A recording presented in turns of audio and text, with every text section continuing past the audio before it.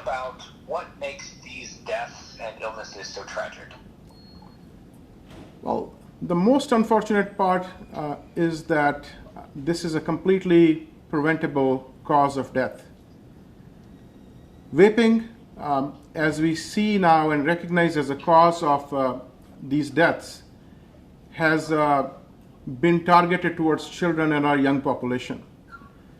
As per the CDC report, 20% of the youth in high school have smoked in the previous 30 days. 5% of middle school students have used it. So somehow the use of vaping in younger population has just exploded, increased by almost 78% within a year, and it is the most predominant nicotine product being used. Because this is affecting the youth, this is affecting multiple patients, and some of the patients are getting so sick that almost every third patient is ending up on a ventilator. This is really impacting the healthcare as well as our patients. Vaping is dangerous. We do not know what is causing this. We are still trying to identify it.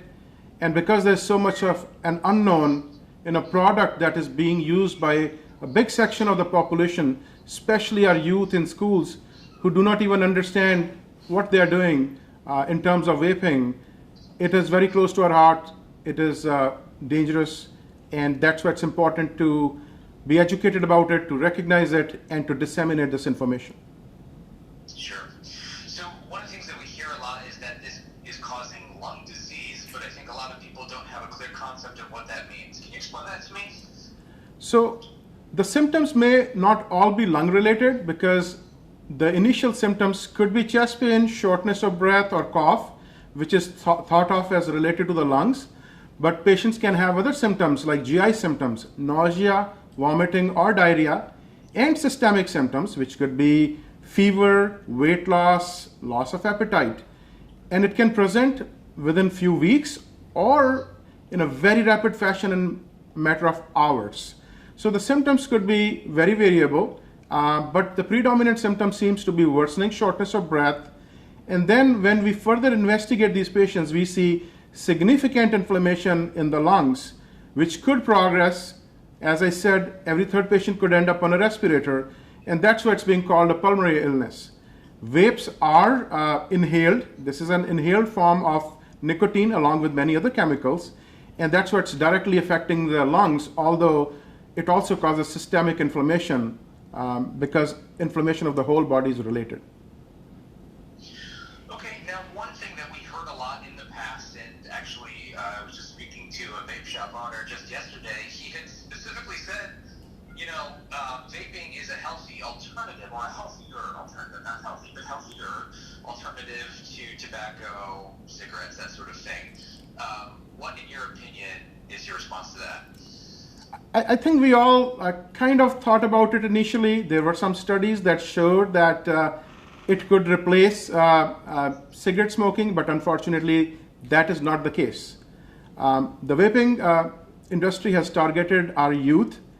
We know that the brain is developing until the age of 25.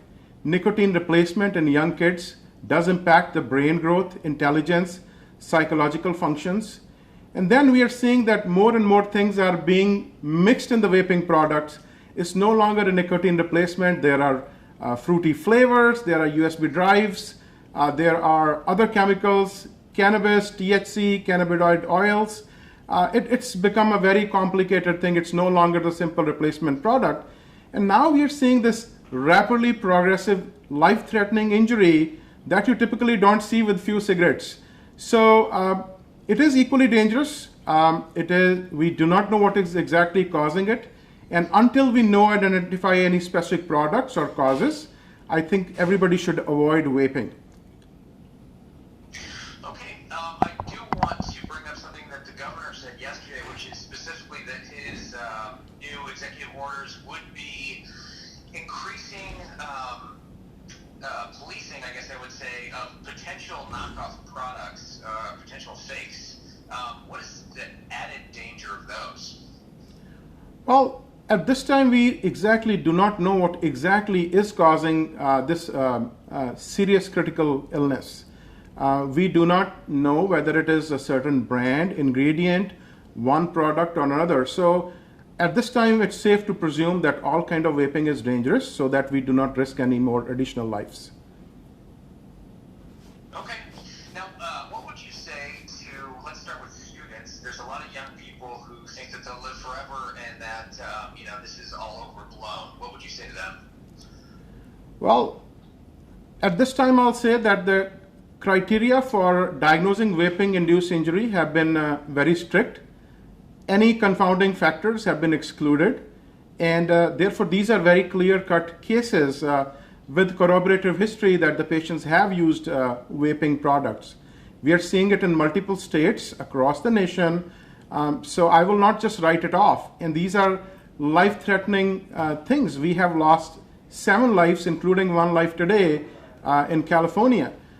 So my advice will be that at this time, as we do not know that what product is exactly causing this illness, and therefore it's important that they should not vape at all.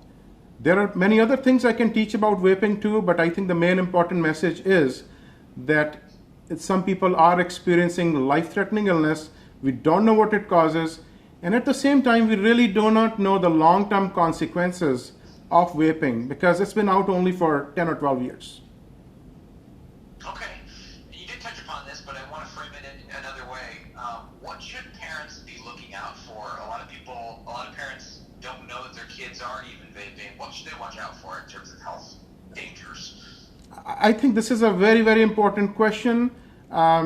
It is very important for the parents to be vigilant, to look at different products, to ask their children about this use in the right environment, and also watch out for things that don't make sense. For example, USB drives have vaping products in it. I don't think any parent would have thought of it, especially the ones who are not very computer savvy.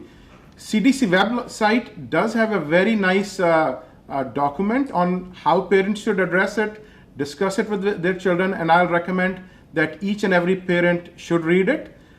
In addition to that, Adult code blue 2 south, room 2008. Adults code blue 2 south, room 2008. Adults code blue 2 south, room 2008. I heard that interruption. Sorry, no problem. What's So available on the website? Yes, it's also very important for the parents to discuss with their doctors, other health team providers. For example, in Kaiser, we have been the leaders in smoking cessation, and we are also focusing on vaping now. We are asking patients about vaping history. We are offering them, the proven cessation products, smoking cessation classes, telephone counseling, one-on-one counseling. So all those resources are available, but it's very important to identify if the child is indulging, and I think that's a very challenging question, and I'm sure many parents are having sleepless nights because of this.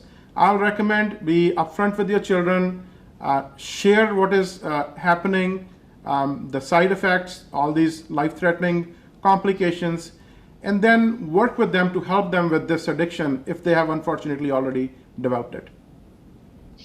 Okay, and I want you to kind of put this in your own personal kind of perspective practice. I know that you can't give specifics and things like that to protect patient privacy, but can you kind of illustrate an example in your own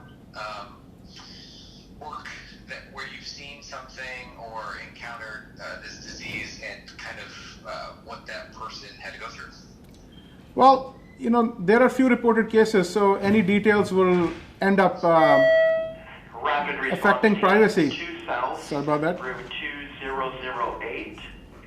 Rapid response team 2 south. Room 2008. Rapid response team 2 south. Room 2008.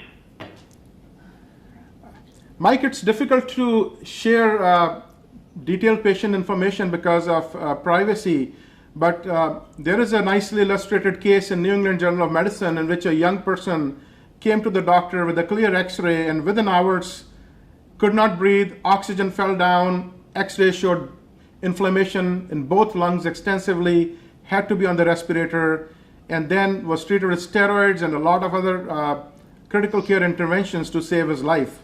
The patient did recover. At this time, it seems like steroids may be helping, but it's very important to recognize this quickly, because if this is not recognized and timely treatment is not instituted, we can lose more lives.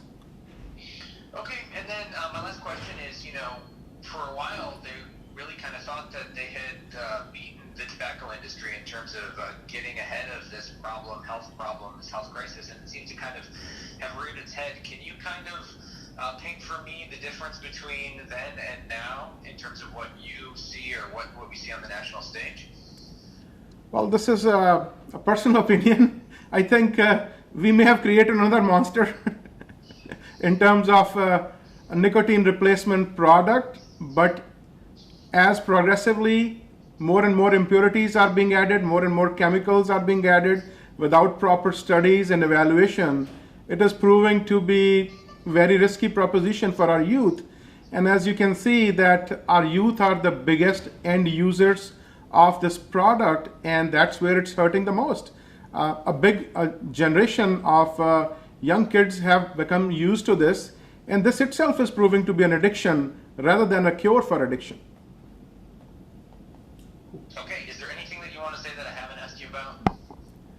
My message to everybody will be to ask your children, family member about vaping, seek help, help is available, and please refrain from using any product at this time. Other therapies are available. Please seek help rather than risking your life. Thank you.